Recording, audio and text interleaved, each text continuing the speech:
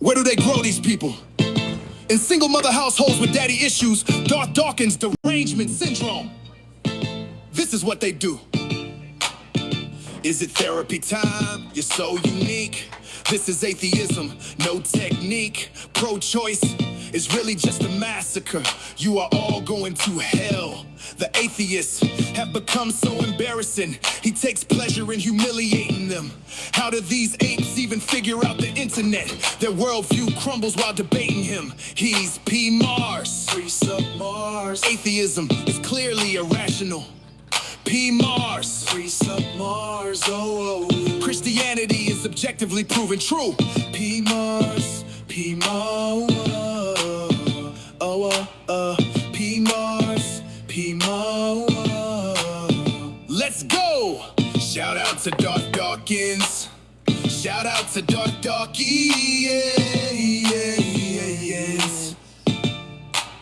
Bye-bye. I didn't check. I should have checked to see if he's streaming. I should have seen if he was streaming. About us, and even if that God does exist, we have no reason to believe that he put a soul in us and that we're going to live on forever. That's just wishful thinking. So, and then like we have other problems. Like if we do have souls, where are they going when we die? They have to go somewhere. Where is the somewhere? Because our whole galaxy is going to be destroyed in a couple billion years when we collide with the Andromeda galaxy. So clearly our souls aren't going to be living here in this galaxy. They have to be living somewhere else mystical that nobody can see, nobody can touch, nobody can determine where it is.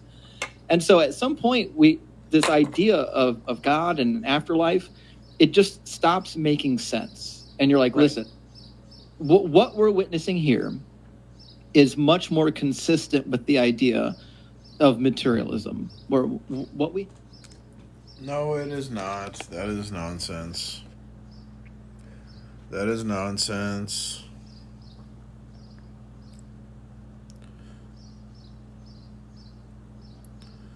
All right.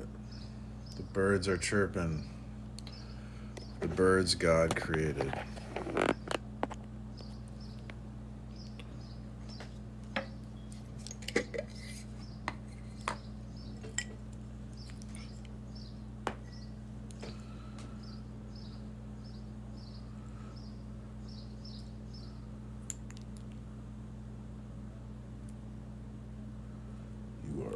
Going to hell. You're all going to hell. How about that?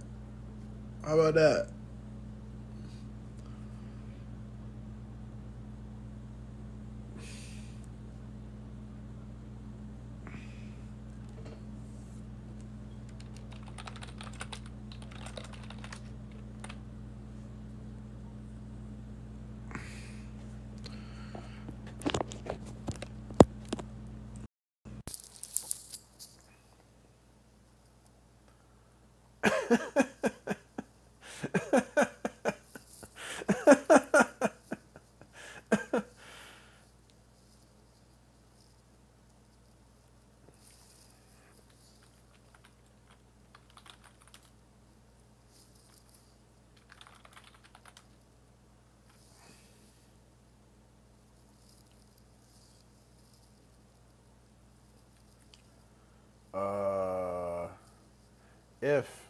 What were we talking about again?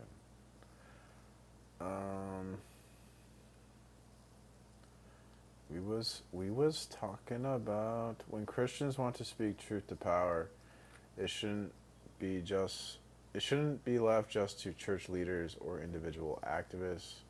The whole church should be involved, but that's hard because most believers aren't prepared or interested. Christians should see themselves as responsible, not leave it to others.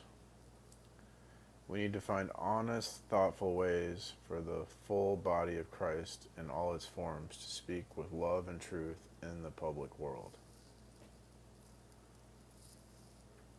Hey, Cassie. So we're talking about how like all Christians should get involved in politics, but not in a way where they leave the gospel out of politics.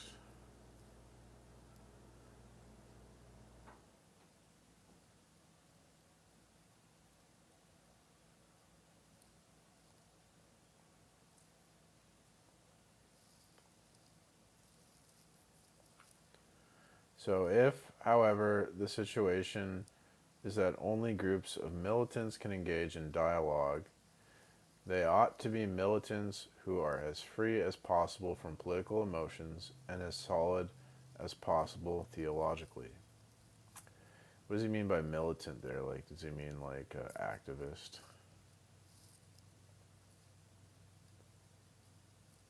We certainly need Christians who are strong in faith and who work at political questions and enter into relation with political groups with no great zeal for this kind of thing, with no craze for politics, with the detachment which alone makes possible true Christian involvement. Above all, such men are not to become delegated specialists. Nothing is more distressing than to find in, for example, so-called dialogues between Marxists and Christians, to, to find the same two or three Christian spokesmen engaging in perpetual monologues alongside the same three or four Marxist spokesmen, all of them knowing exactly what the others are going to say and coming not so much as experts in the subject but rather as specialists in dialogue. This is the very thing we ought to avoid, for we have here neither a true representation of the church nor prophetic inspiration, but an ossified ecclesiasticism. Is he saying like don't have a script? What is he saying here? Explain this to a layman.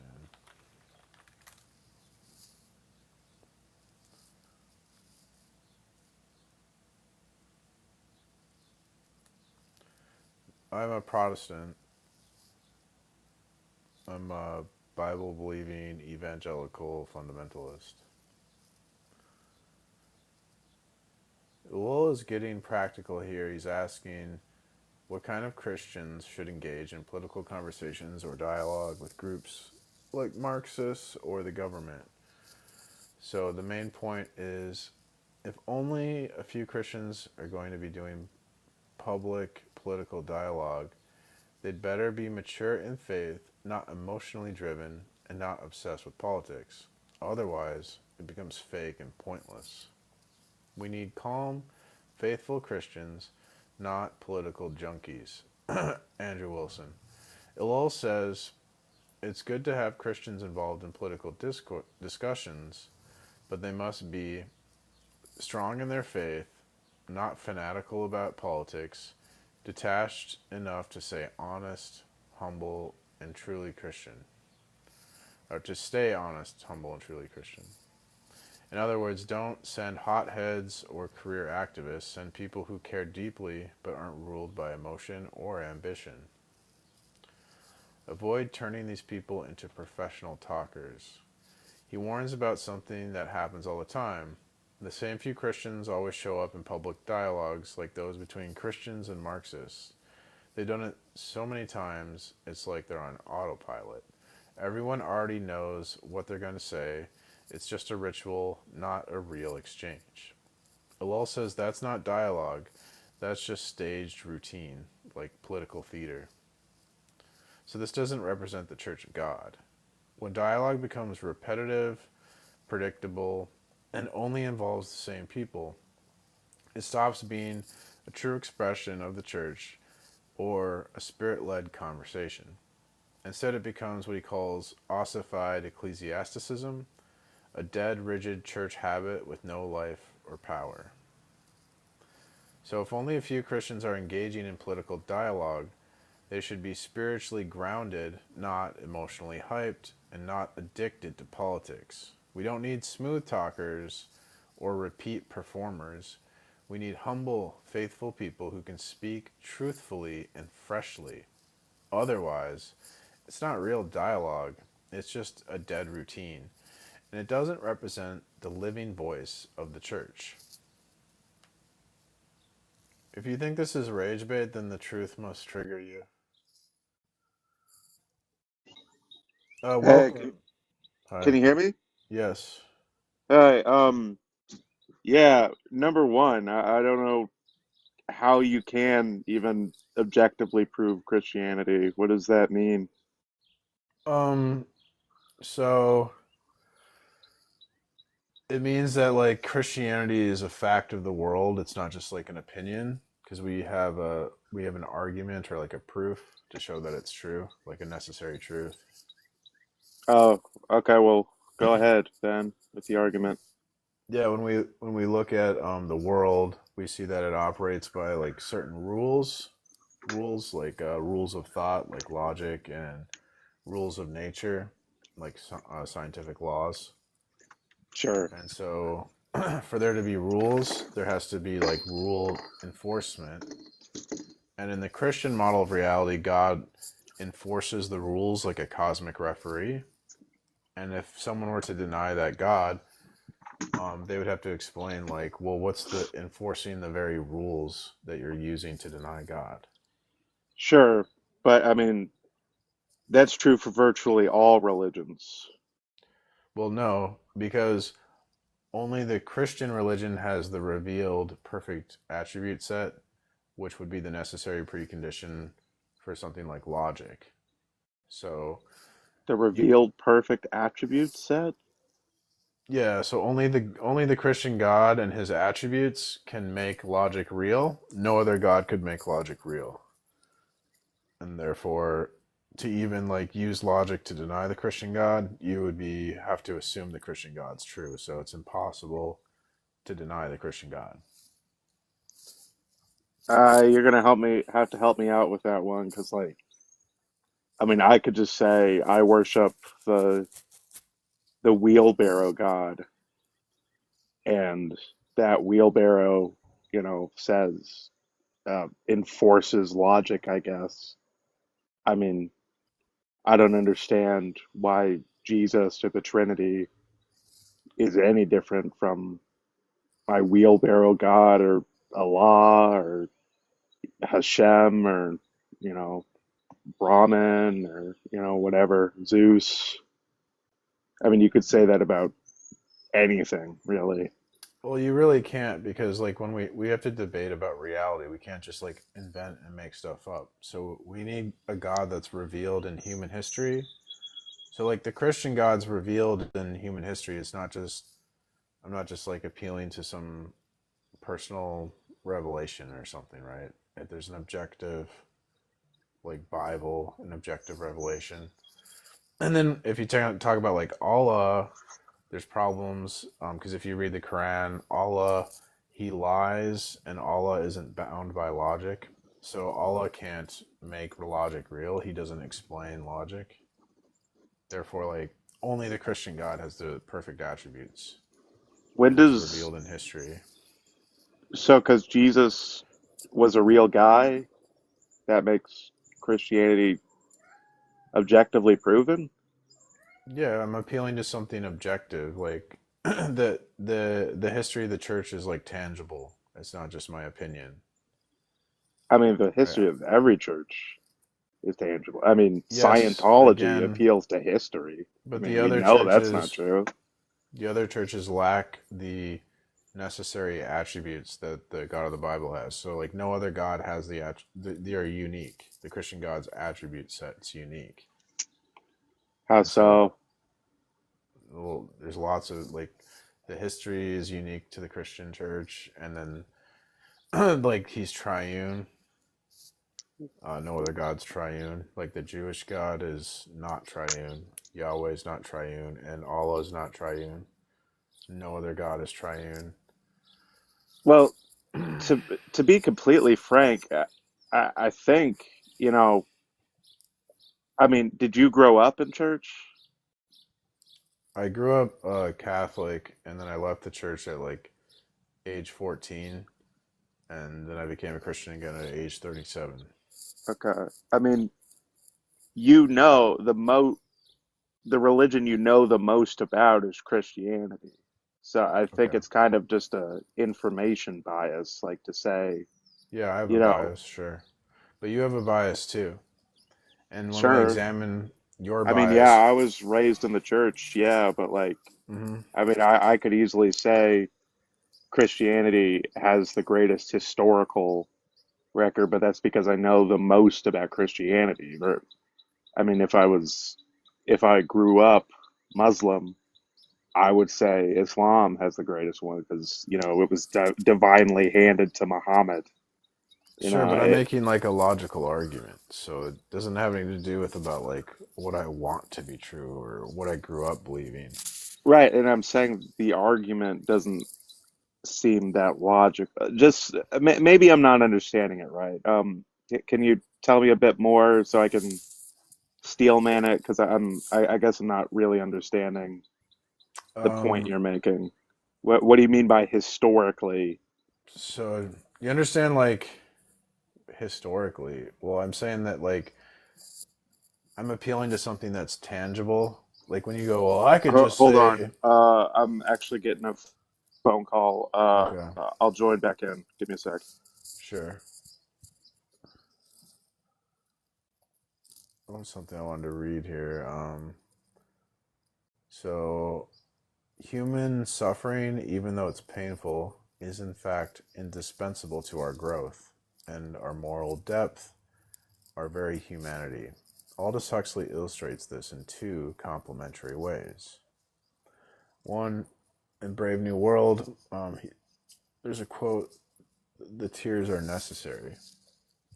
In the world state, every discomfort has been chemically or technologically eradicated. Flowers, books, even smexual jealousy are conditioned away, and Soma offers Christianity without tears at the push of a button. But when John the Savage confronts Mustafa Mond, he insists that this painless paradise is a sterile one. Quote, "But the tears are necessary, whether 'tis better in the mind to suffer the slings and arrows of outrageous fortune, or to take arms against a sea of troubles. But you don't do either, neither suffer nor oppose. You just abolish the slings and arrows. It's too easy." John's point is that without the slings and arrows, without genuine trials, virtues like courage, compassion, and creativity cannot arise. The ancient rite of the girl of Mataski, whose suitors must endure mosquitoes to earn her hand, makes the same point metaphorically. Only by embracing hardship can one attain what is truly precious.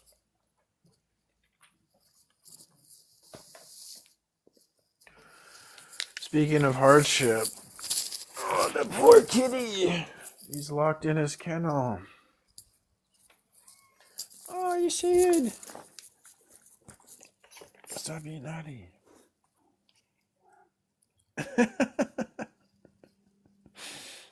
You chirping at me? Oh, my guest left. So I had like my sister's cat was like asking me to pet it, so I was petting it. And then I started giving it like a light pat, and it got pissed that I was patting it. It wanted to be like, I don't know, pet. It wanted me to like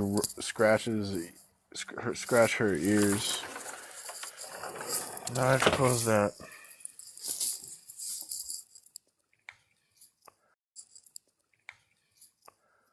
And so I just kind of playing with her because she's just so grumpy all the time. And usually I just leave her alone, but this time I just started to like just kind of have fun with her, and she started savagely attacking my arm. And the next thing you know, my other sister's cat runs into the room. Who she just sits in my bedroom all day, like she's super stressed out or something. Or she doesn't like my cat. So then my sister's other cat runs in and starts attacking my leg. They're like both cats are just freaking out on me, and all I was doing was petting them. Like they're so crazy. I've been so nice to them and giving them treats and stuff, and they're just mean. I don't know, my cat's never like that. My cat is like never hissed at me. He's always like chill. I think my sister must traumatize these cats because she's crazy or something.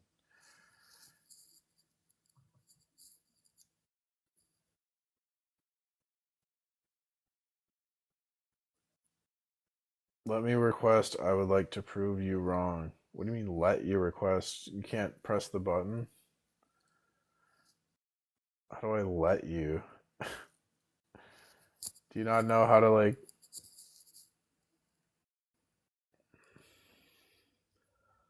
Um, I don't think that's the case, Austin.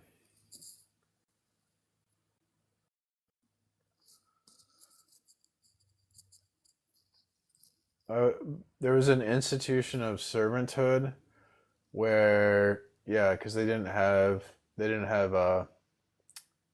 jails, they didn't have uh, bank loans or food stamps, and so they had a socioeconomic institution of servanthood, but it was nothing like evil or cruel or oppressive. It was just a necessary part of, like, is it evil for us to lock up violent criminals? I mean, from one perspective, you could say it's evil because we're locking human beings up, but at the same time, you can't have violent people running around in your society. So there's institutions to help this. I mean, these it's like good. The idea of a prison, it's not like a hateful thing. It's a loving thing, and this is just what's going on in Leviticus 25. It's just a socioeconomic institution, and the principle behind it is about empathy, compassion, and love, and it's just like a necessary part of society, right? Like, that's just reality. So I don't get why people make. It's not like there's a year of jubilee where everyone gets set free, and Yo, any what non up? Can you hear me? any non-Hebrew can be grafted into Israel and be set free. Yeah, Oh, I think I heard something. Yeah. yeah, we're talking about like rules. So like, logic obeys certain rules.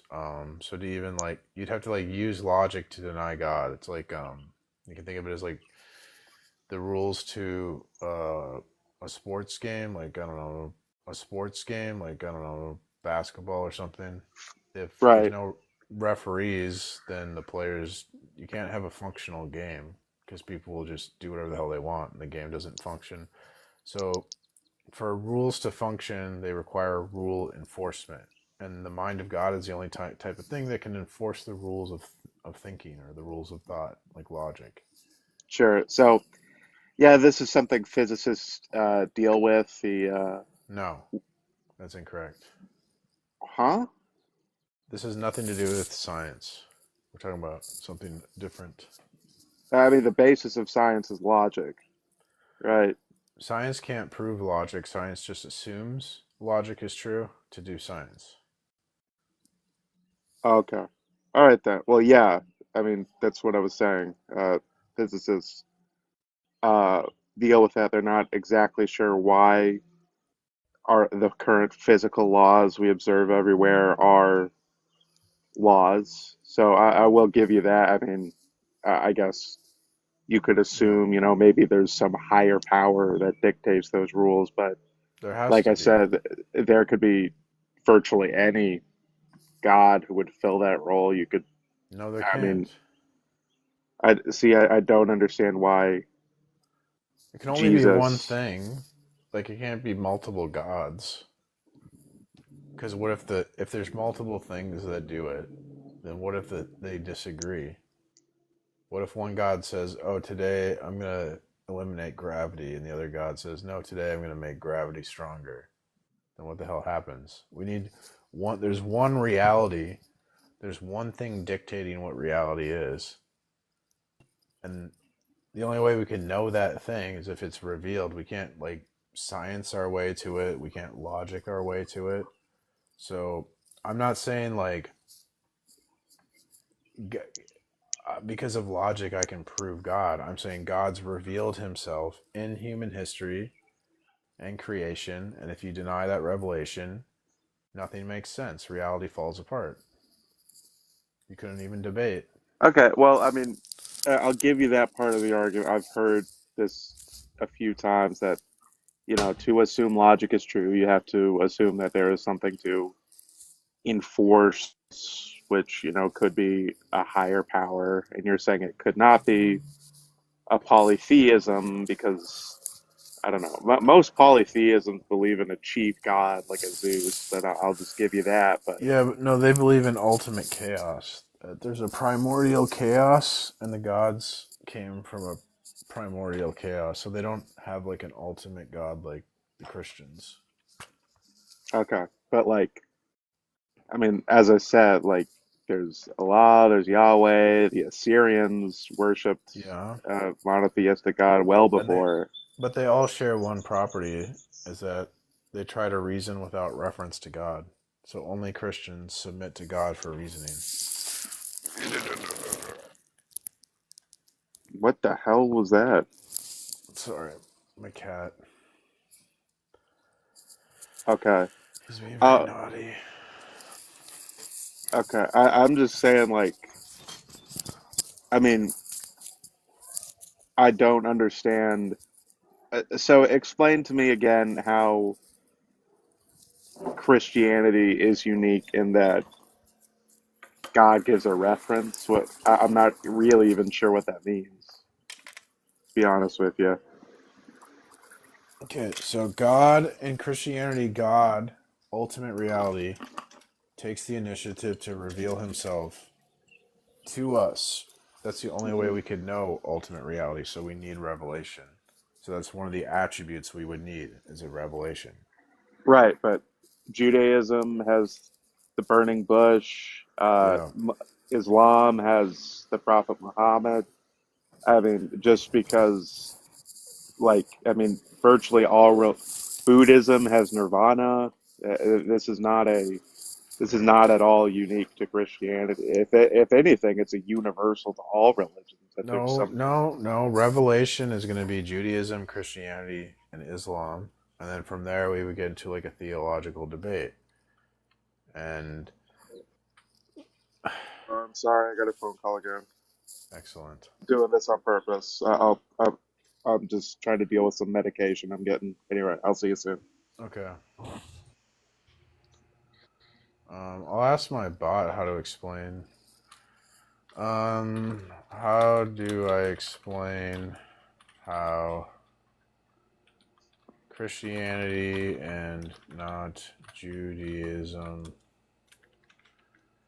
Judaism, or Islam solves the problem of the one many to someone who doesn't know philosophy? Frame the problem and the solution is unique. I'm trying to think. I don't know if a good way to explain that to someone who doesn't know philosophy. So welcome, Monster. How you doing, bro? How's it going? I'm doing well. So, you don't believe? I mean, or I'm a Christian. oh, you are? Yeah. Okay, so am I. So I guess, So I guess we don't have anything to debate then. yeah, I thought you were a non-believer, so I was gonna No. come, No. All you right, know, man. All right. I'll have a good day. I was gonna come, argue with you a little bit, but we're good, brother. Okay. Have a good day. You too, brother. Oh my gosh.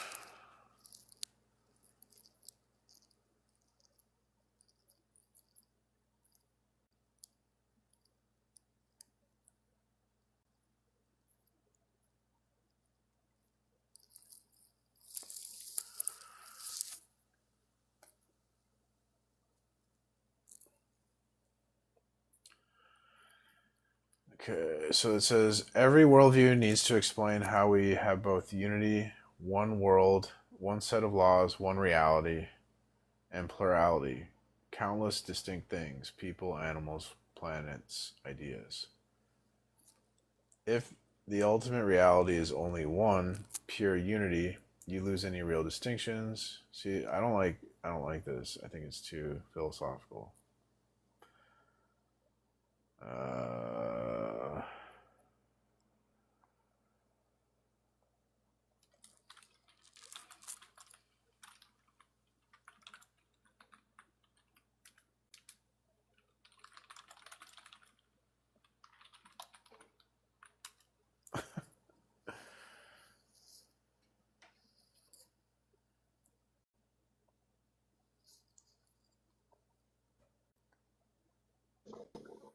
Hey, I'm back. I'm so sorry. We shouldn't get any more interruptions this time. okay. There was an issue with my insurance, and they were calling me to try to figure it out. So anyway, we have that resolved. So good news.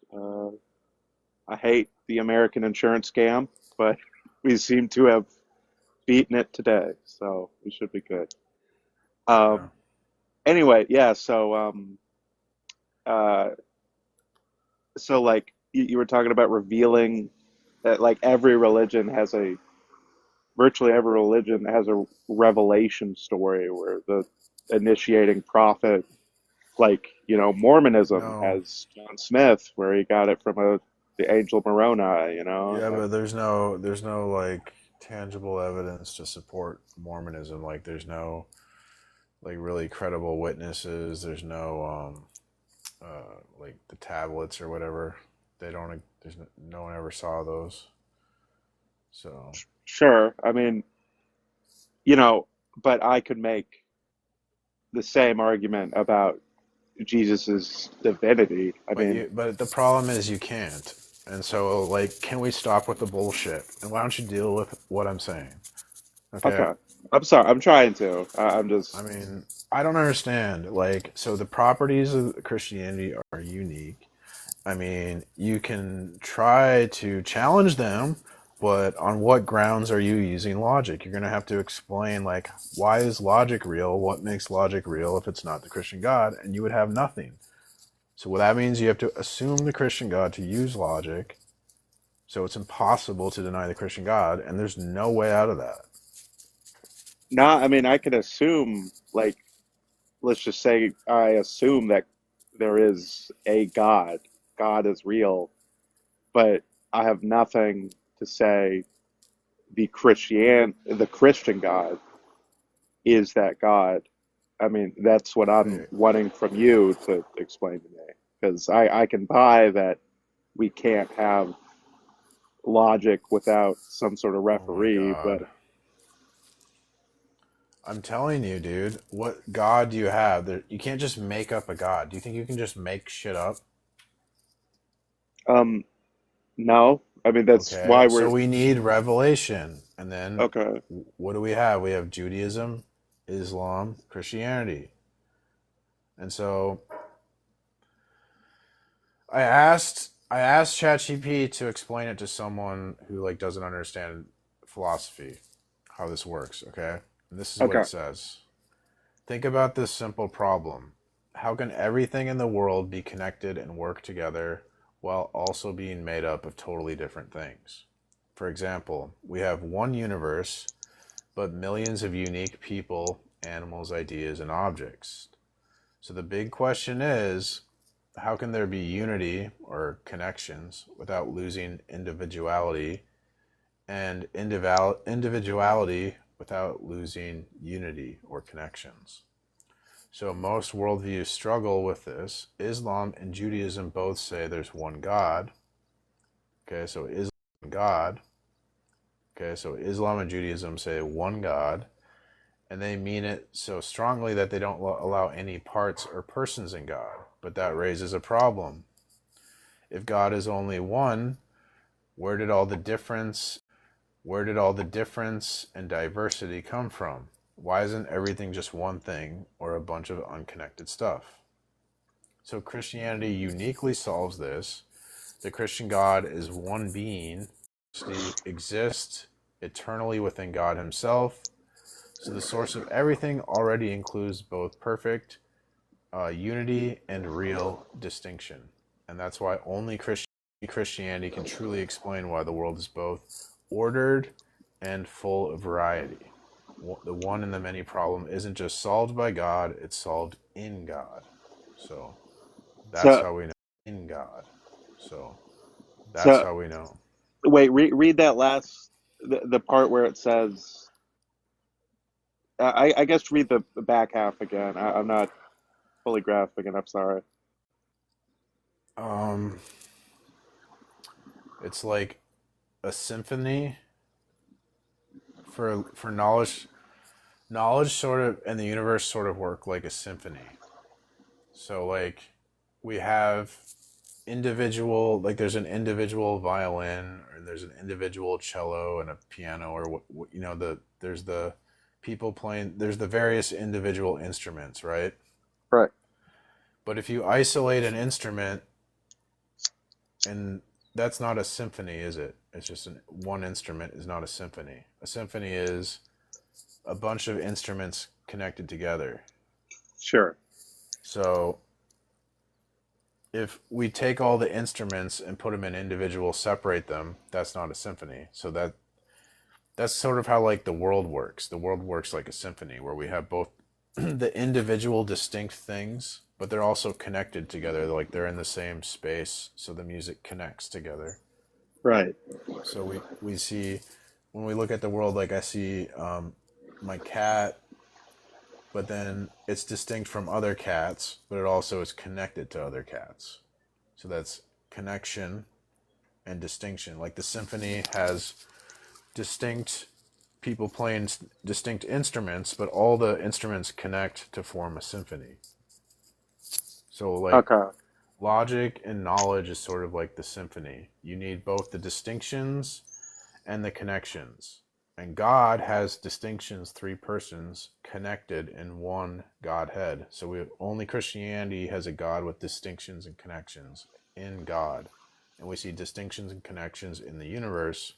So we need a God that has those things so he can explain why the universe has those things. Because if God doesn't have distinctions, then it's like, well, why are there distinctions in the universe? Where does that come from? Because God doesn't have distinctions. Sure. I mean, to me, that reminds me a bit of Hinduism, where it's Yes. all Brahman. It Yes. all comes from you know, the universal essence, but it Yeah. is So there's different no in that. there's distinctions are an illusion in Hinduism. There's no real difference between you and me. We're like the same. We're all Brahmin. Sure. Ultimately. Ultimately we're all the same. There's like this illusion of distinction. So Right. but that makes knowledge impossible because then everything's A. There's no such thing as not A. And if there's no such thing as not A, there's no such thing as contradiction. Sure. So I then mean, logic so, breaks down. so what physicists talk about, and again, I'm not a scientist at all. I actually majored in, Spanish.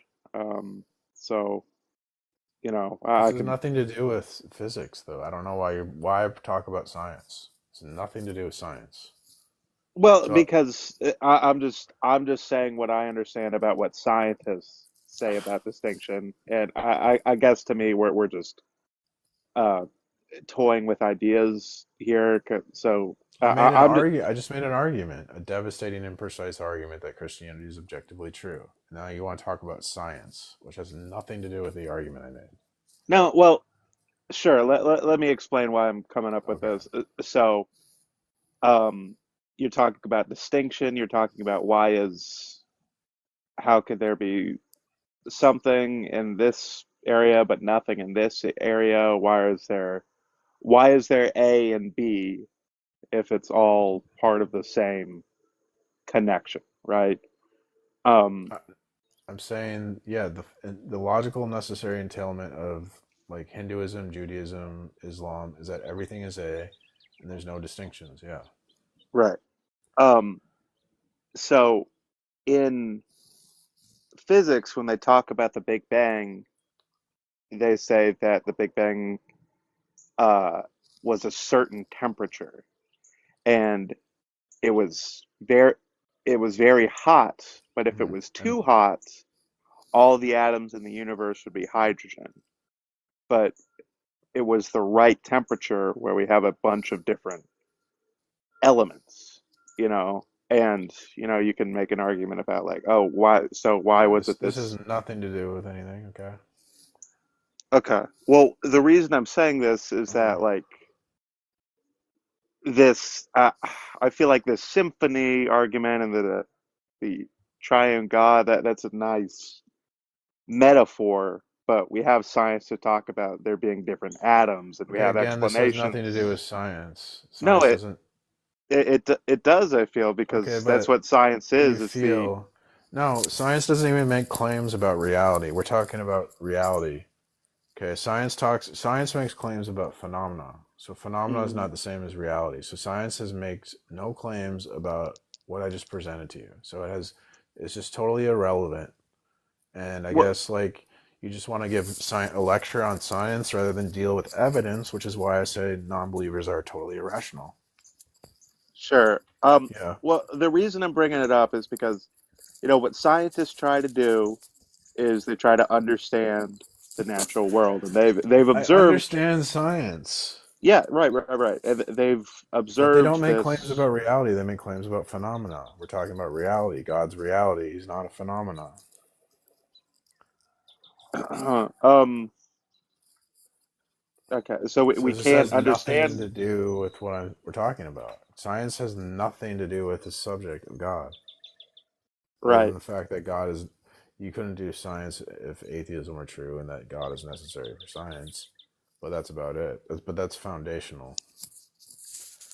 Okay, but I'm just saying that this thing about the triune God explaining why there's diversity, to me that just seems like an analogy that doesn't deal with what we actually observe. It's logic, dude. It does deal with what we observe. You're the one who's not dealing with what we observe. We observe unity and diversity. So Right. that needs an explanation. The Christian triune God explains it. So if it's not the Christian triune God that explains it, then what explains the unity and diversity in the world? The Big Bang is not an explanation to that. So like I don't know why you'd bring that up. Well, because the reason it's an observation It's about not. how It we has see nothing the to do with the problem universe. of the one and the many. It has nothing to do with what I just talked about. We see unity and diversity.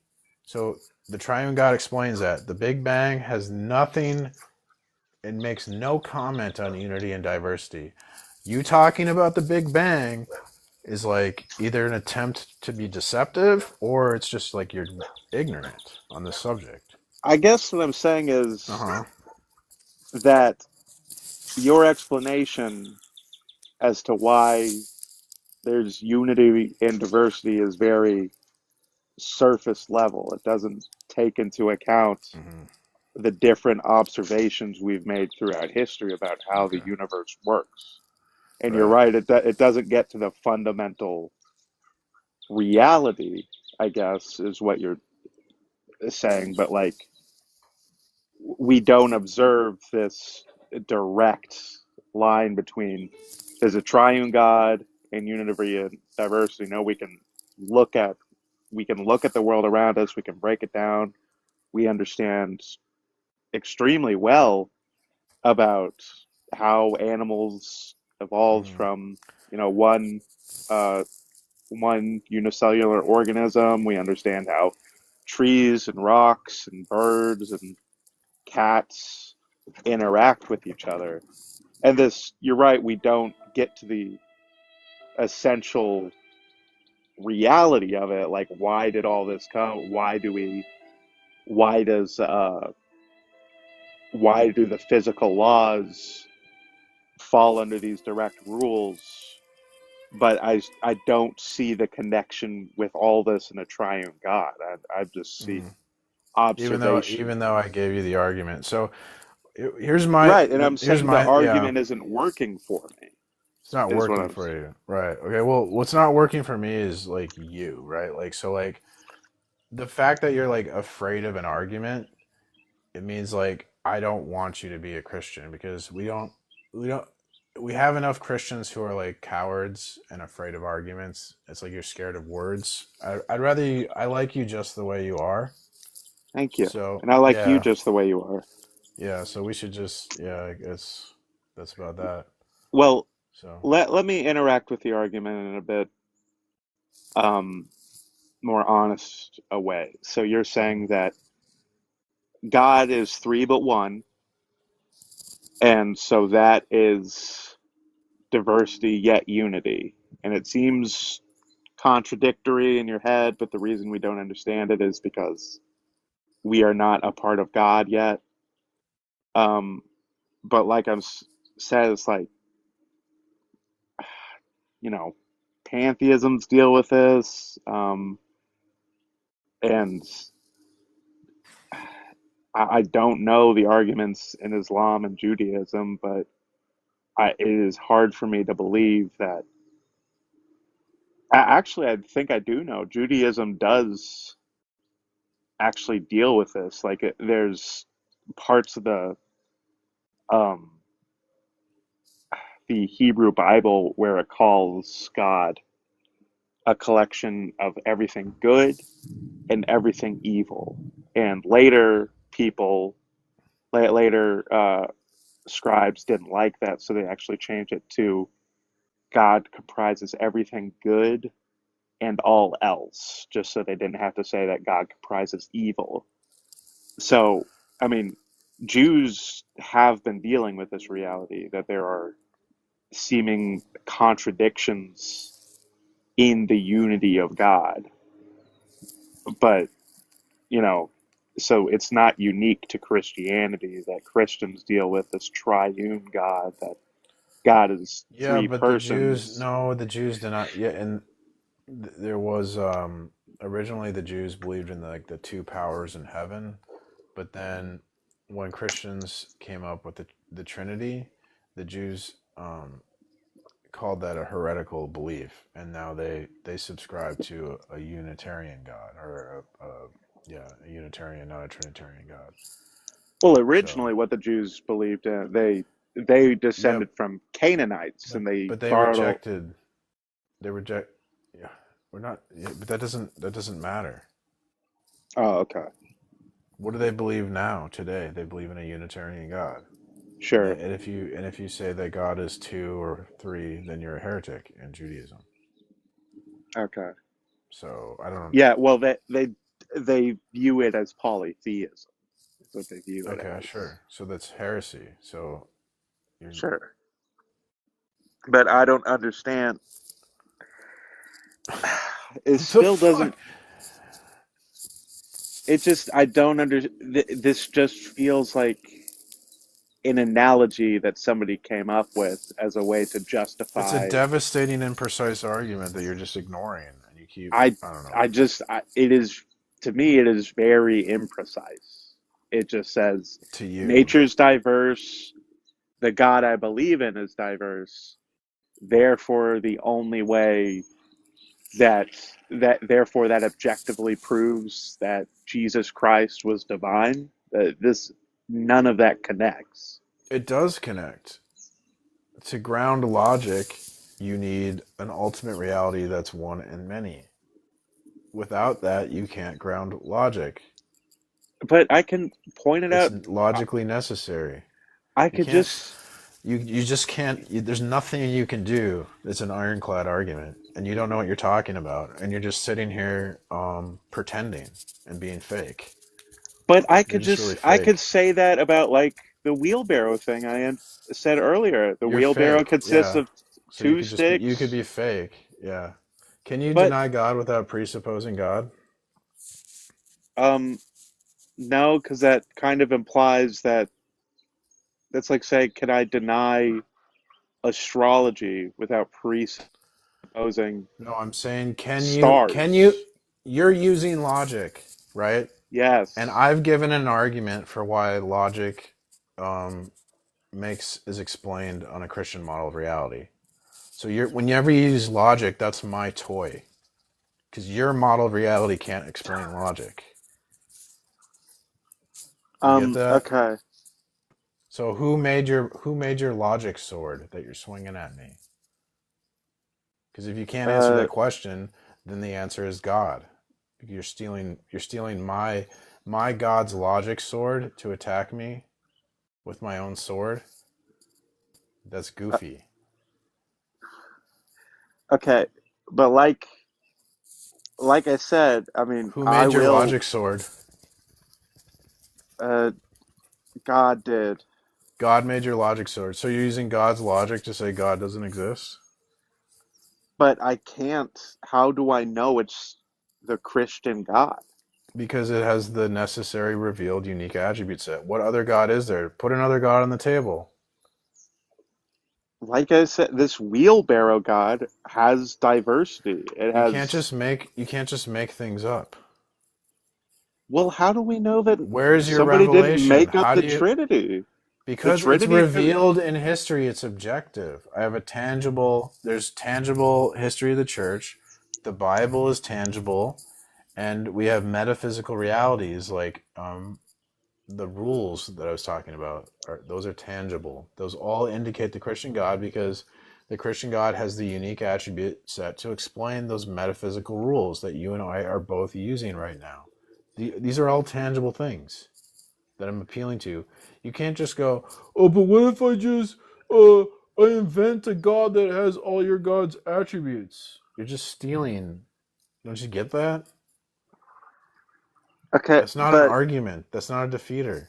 but I don't know. So the church has an objective history, but Oh my all fucking God. churches have histories. I Never, don't. never request to come up here again. Okay, I never want to talk to you again.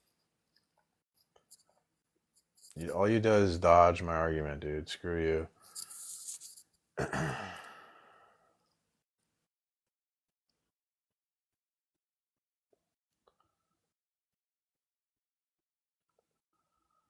um,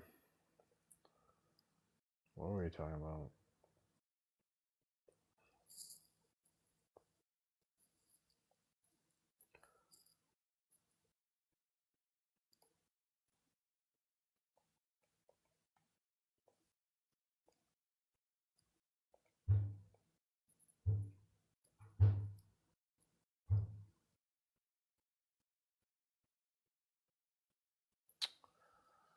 Um, so I was saying that if only a few Christians are engaging in political dialogue, they should be spiritually grounded, not emotionally hyped, and not addicted to politics. We don't need smooth talkers or repeat performers. We need humble, faithful people who can speak truthfully and freshly. Otherwise, it's not real dialogue. It's just dead routine, and it doesn't represent the living voice of the church. In any form, dialogue with the people implies an awakening of interest and vocation among as many Christians as possible and the preparing of Christians for the task.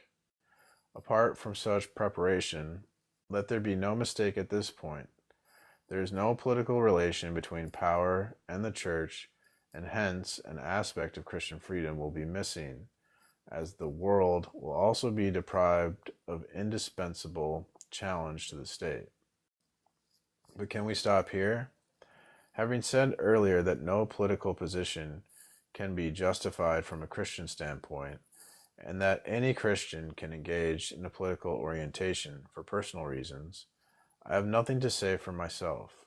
Have I nothing to say for myself? Do I not have to say what I regard as the most serious commitment of all? Do I not have to give some human reasons for this view? Assuredly I do. And what I have to say is that for most men today, the involvement which is most useful and which best expresses Christian freedom is involvement in anarchy. I am well aware of all the arguments that can be brought against this. I know that Calvin viewed it as the one orientation which cannot be accepted. I realize that there are texts in the Bible which tell us that authority comes from God. Nevertheless, In my opinion, Calvin's judgment relates to the circumstances of his own time, and the passages in the Bible are not contrary to my thinking, paradoxical though this may seem to be. What reasons drive me to this view? I certainly do not say that it seems to me to be a direct expression of my Christian freedom. What leads me in this direction is the constitution and development of the modern state. All specialists agree. Oh, there's someone. Did you want to disagree, Chris? Oh, I just have a question. Sure. So, I would consider myself a Christian, and I was raised as Greek Orthodox, but I'm not super close to the faith.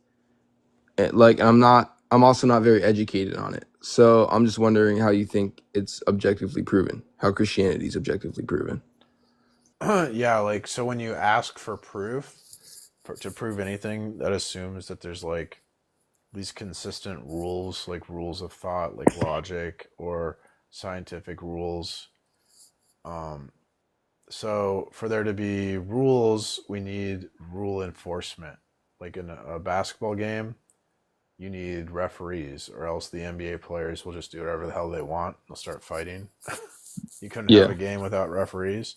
right. So like rules need a rule enforcement or the rules don't function. Same with laws. If no police or judges enforce the law, then people just break the law, do whatever the hell they want. So same thing with logic, rules of thinking. We need God to enforce, specifically the Christian God, to enforce these rules, or else we couldn't even like talk about proof or debate or do anything like that. So the Christian God is See, necessary for proof, basically. like you think that the Christian God is necessary for our brains to be able to like work the way they do?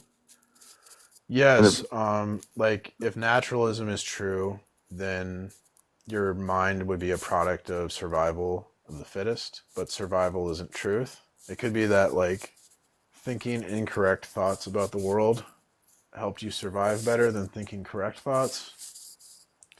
So survival doesn't get you to truth, whereas like in Christianity, our minds are in the image of God and a product of truth, God being truth. So our minds are truth tracking because God designed them to be truth tracking.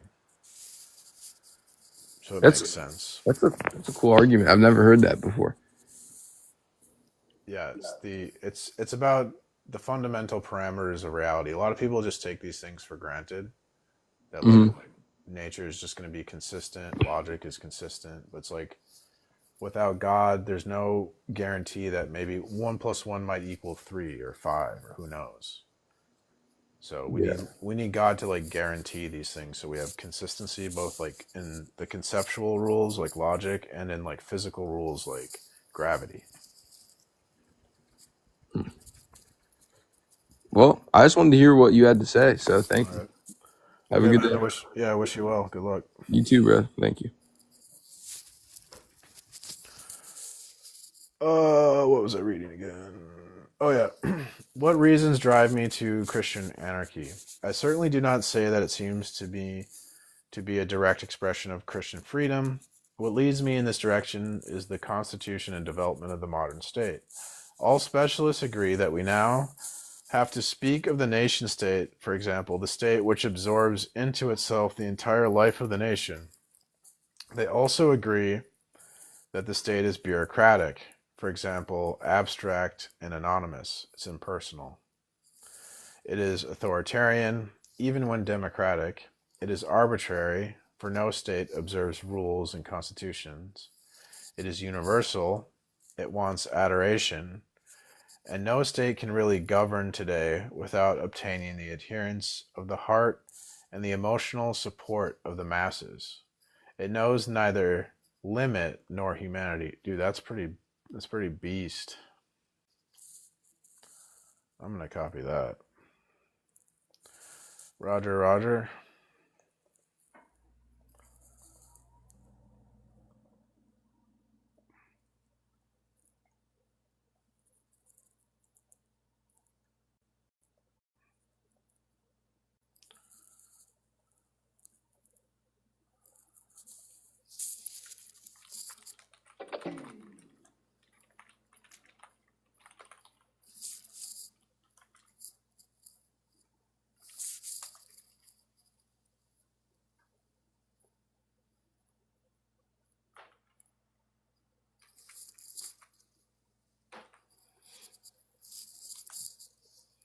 What reasons drive me to this view, Christian anarchy? I certainly do not say that it seems to me to be a direct expression of Christian freedom. What leads me in this direction is the constitution and development of the modern state. All specialists agree that we now have to speak of the nation state, for example, the state which absorbs into itself the entire life of the nation. They also agree that the state is bureaucratic, for example, abstract and anonymous. It is authoritarian, even when democratic. It is arbitrary, for no state observes rules and constitutions. It is universal. It wants adoration. No state can really govern today without obtaining the adherence of the heart and the emotional support of the masses. It knows neither limit nor humanity. Beast. He says it knows, so like the state is all obsessed with power, and power doesn't care about limits. That's why it breaks the Constitution.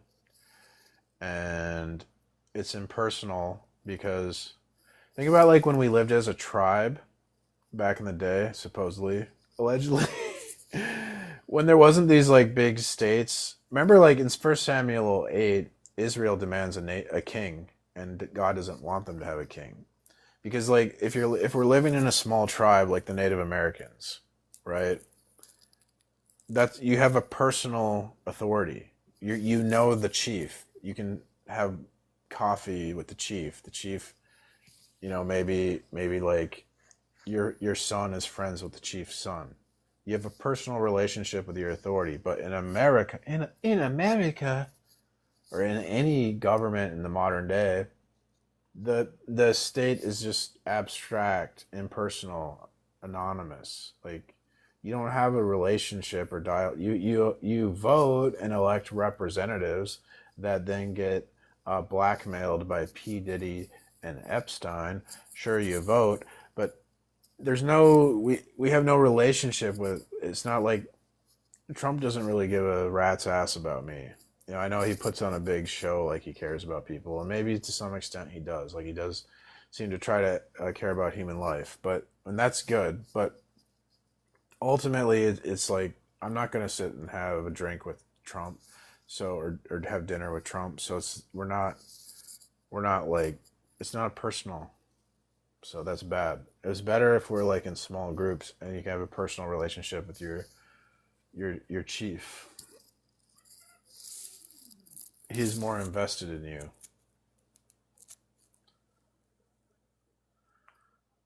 These characteristics, which have often been analyzed, mean that in certain circumstances, and again, I'm not trying to lay down what should be an intrinsic or permanent Christian attitude, the state in any country, no matter what may be its form, whether democratic or dictatorial, new or popular, is in fact the chief danger known to man, whether from the material standpoint or from the spiritual standpoint. The danger is not in the absence of authority or even in the misuse of authority. Calvin could see it thus because in his place and time, both in France and in Germany, the danger was indeed anarchy, the weakness of authority, and the unleashing of the passions of the mob. In our day, the exact opposite is the case. For when the mob gets out of hand and revolts today, the final result is always the creation of an even more powerful state.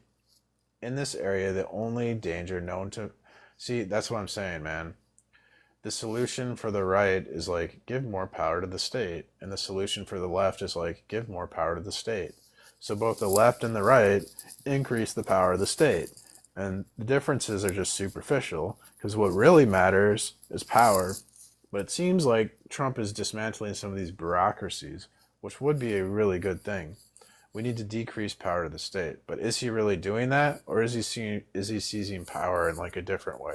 Like, is it a magic trick? Like, we're watching the hand while like he's doing something, he's sneaking. I don't know. My metaphor is falling apart here.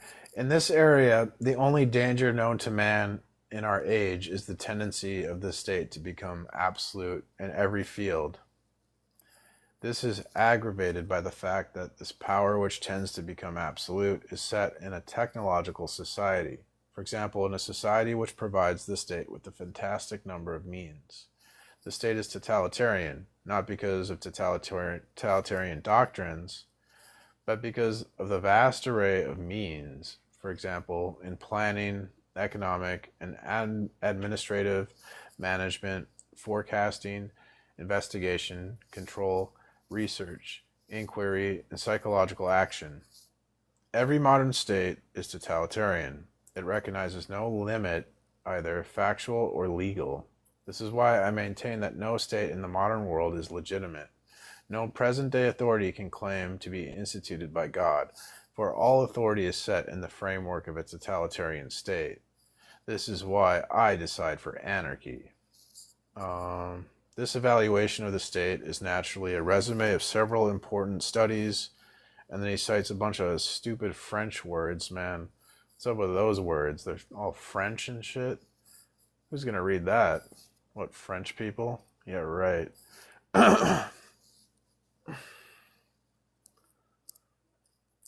This is where this book's getting really beast.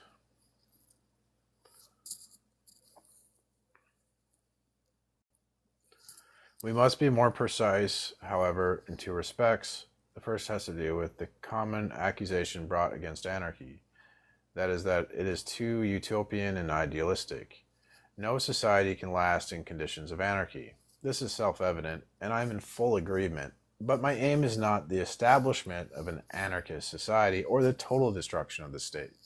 Here I differ from anarchists. I do not believe that it is possible to destroy the modern state. It's pure imagination to think someday that this power will be overthrown. From a pragmatic standpoint, there's no chance of success. Furthermore, I do not believe that the anarchist doctrine is the solution to the problem of organization in society and government. I do not think that if anarchism were to succeed, we should have a better or more livable society.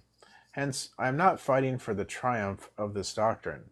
On the other hand, it seems to me that an anarchist attitude is the only one that is sufficiently radical in the face of a general status system. For there can be no question of being able to overcome the system by changing it from within. The failure of Lenin, Castro, and others is all too evident. The system absorbs those who think they can utilize it, nor can there be any question of finding a modus vivendi or achieving attenuations. It has been demonstrated how a liberal state becomes an authoritarian state. The course is set, and no accommodation will be either lasting or sufficient. In the face of this absolute power, only an absolutely negative position is viable. What we have in mind is the attitude that conscientious objectors take on a specific point, and not without good reason. In the present setup, the anarchist attitude of a total refusal of validity or legitimacy to any authority of any kind seems to me to be the only valid and viable one. The point is not to enforce a particular view of society, but to establish a counterbalance, a protest, and a sign of cleavage. In the face of an absolute power, only a total confrontation has any meaning. When we speak of dialogue with the people, it seems to me that this can be definitively initiated only on the basis of the greatest possible intransigence.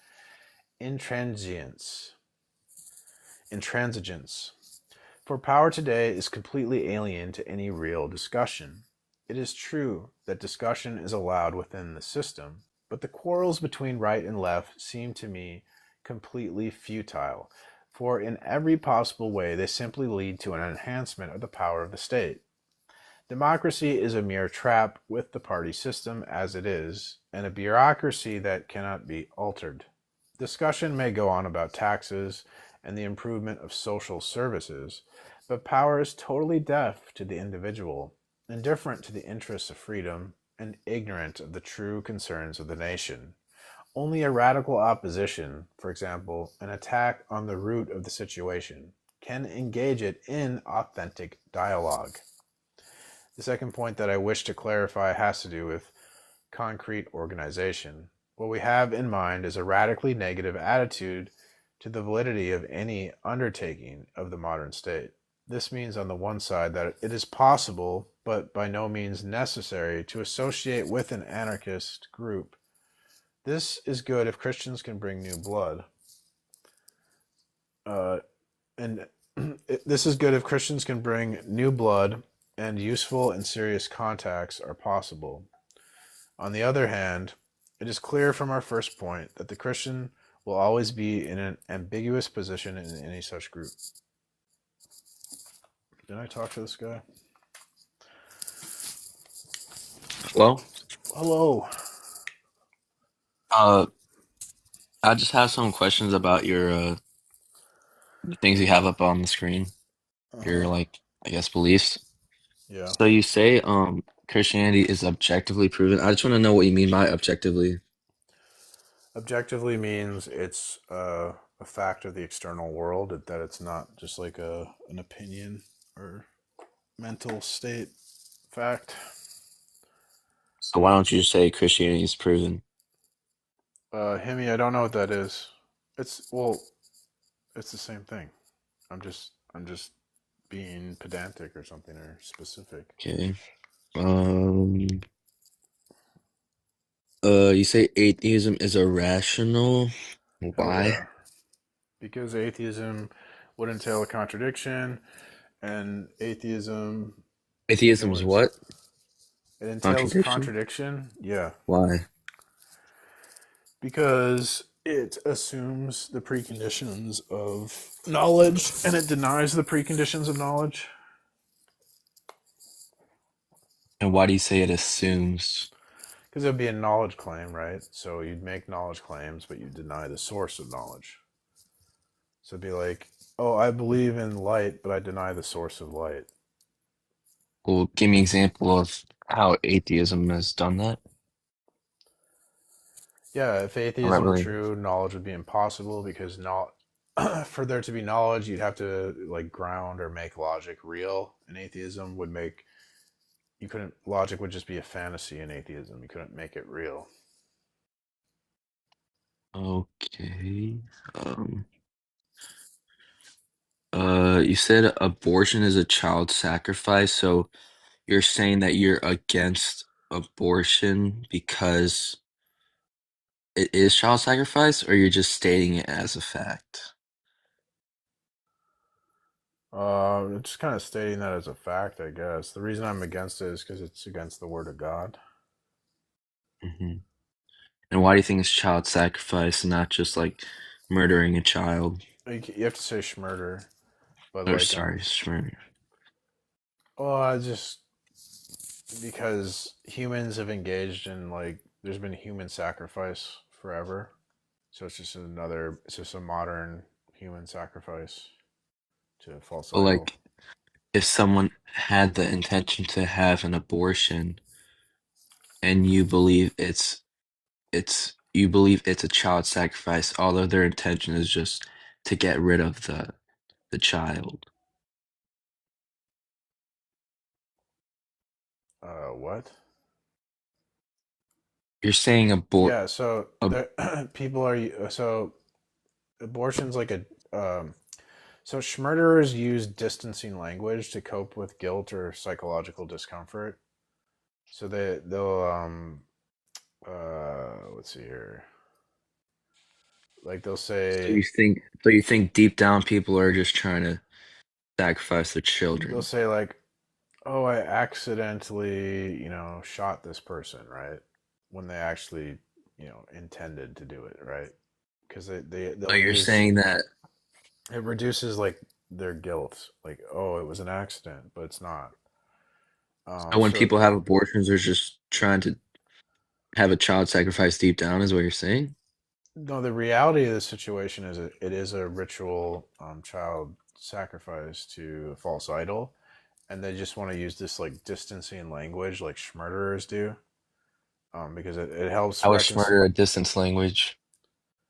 No, schmurderers use distancing language because it helps them reconcile their actions with their self-image. So Yeah, how? I just told Isn't you, it, is like it murder a bad thing? they'll say like if you shot someone, they'll say, "Oh, it was an accident," instead of saying like they intentionally did it. It's called distancing Oh, so you're language. saying smurder is another way of just saying accidental. I see. Oh my god, dude.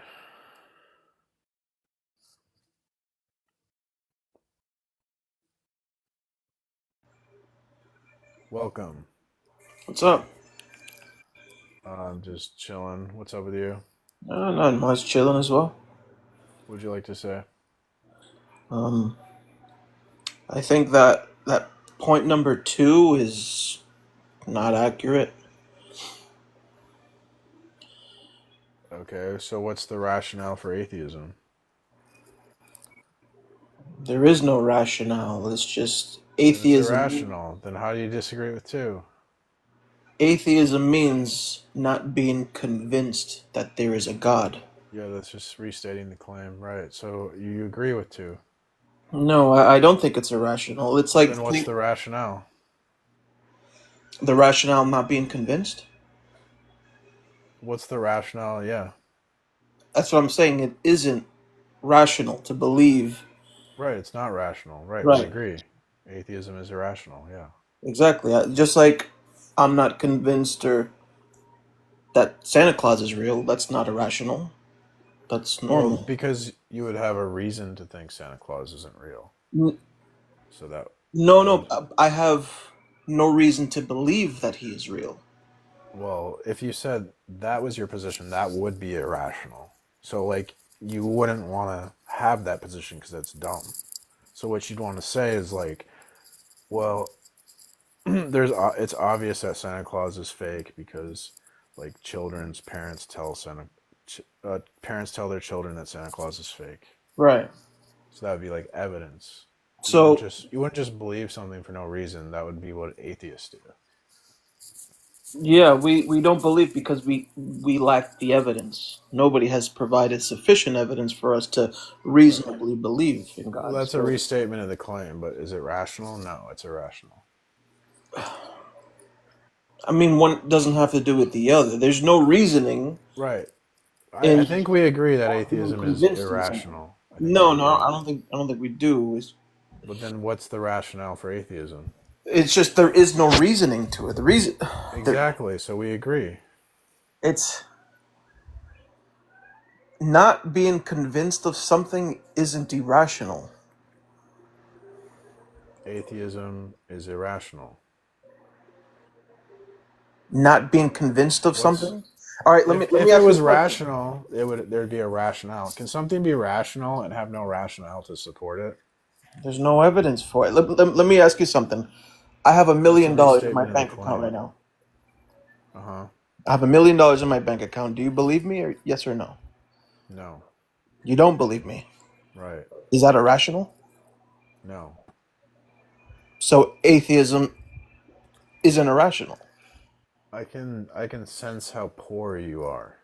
So I would Right. be justified in thinking you don't have $1 million because with my five senses, I can detect Sure. your So then, you not convinced I'm a millionaire. That reasoning that you just have, that's a reason. That's rational, not irrational. right because I would use reasoning to like I Exactly. detected your poorness. Yeah. So there is no reason for me not being convinced. I'm just not convinced. It doesn't beg anything else other than Okay, but not when you convinced. say like you're not convinced, you're just restating the claim. That's not giving me a rationale. So it seems to me like we both agree that atheism is irrational because you haven't provided a rationale for the position. I don't have to If provide a rationale of not being okay, convinced. what if I said I'm not convinced the Earth is a globe? You're not Is that convinced. I'm The not earth is a convinced. I'm not convinced. The evidence for the globe Earth. You know what? It just doesn't do it for me. Is that rational? that's yeah, that's rational. Okay. You Well, lack I don't really talk to flat earthers, so thanks for coming. I'm not a flat earther. Yeah, you are. You just said it was rational to say I'm not convinced the Earth was a globe. That's not rational. News flash, the Earth is a globe. News flash. Gosh, that conversation was painful.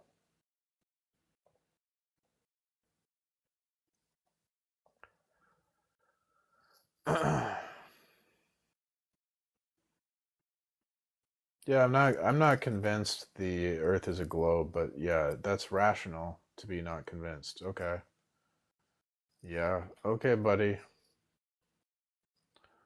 I'm gonna believe in the globe Earth and Christ. You can have your atheism and your flat Earth. You do you, boo. Let's see here. Where were we at? Anarchy, anarchy, anarchy.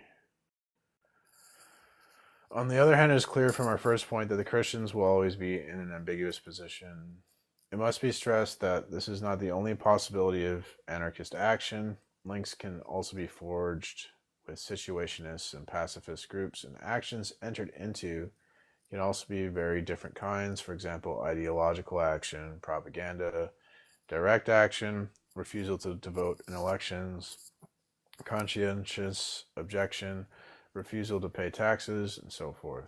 This is where each individual must decide for himself. The essential thing is the decision to challenge the modern state, which, without the small group of protesters, will be checked by neither break, value, nor reason. Yeah, hell yeah, we gotta challenge the modern state. It's out of control.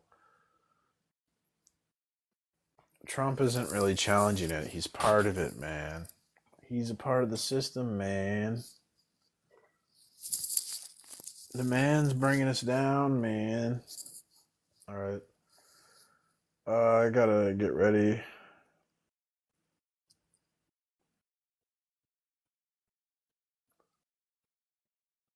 Well, if you're unconvinced, that's fine. But then it's don't say like, well, I'm convinced and I'm also rational. You're not being rational. You're irrationally unconvinced. If you're unconvinced, you need to have a reason. Like, why should I be unconvinced, right? So you've decided that the correct position is one should be unconvinced because the evidence doesn't support God and there's no evidence for atheism. So I'm going to argue that you should be unconvinced on this. Well, you'd have to have an argument for that.